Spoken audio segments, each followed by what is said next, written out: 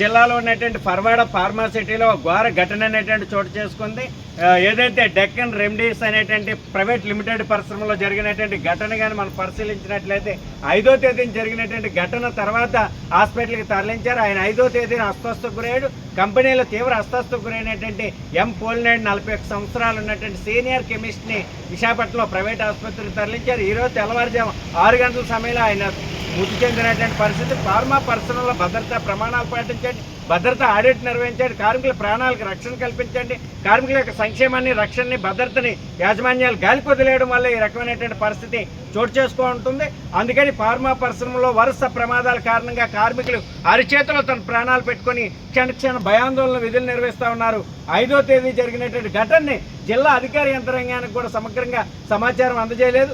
ఈరోజు మృతి చెందిన తర్వాతే జిల్లా ఇన్స్పెక్టర్ ఫ్యాక్టరీకి కానీ జిల్లా కలెక్టర్కి కానీ ఫిర్యాదు సమాచారం అందజేస్తున్నటువంటి పరిస్థితి. అందుకని మేము డిమాండ్ చేస్తూ ఉన్నాం, యాజమాన్యాలు జరిగినటువంటి ఘటనలు గోప్యంగా ఉంచేటువంటి పరిస్థితి దిగజారుతూ ఉన్నారు. అందుకని ఇట్లాంటి ఘటనల మీద సమగ్రమైన విచారణ చేయాలా. రెవెన్యూ, పోలీసు, అలాగే inspector factory, pollution control board అధికారులు విచారణ చేసి దీని మీద చర్యలు చేపట్టాలని ఫార్మాసిటీ స్టాఫ్ అండ్ వర్కర్స్ నేను డిమాండ్ చేస్తూ ఉంది. ఈ ఘటన మీద జిల్లా కలెక్టర్ ఫిర్యాదు చేయబోతా ఉన్నాం. అలాగే ఎం పోలినాయుడు కుటుంబానికి ఒక ఉద్యోగం కల్పించాలి, పరిశ్రమలో పర్మనెంట్ ఉద్యోగం, అలాగే వాళ్ళ కుటుంబానికి ₹1 కోటి నష్టపరిహారం చెల్లించాలని pharma city staff and workers union CITU demand చేస్తా ఉంది.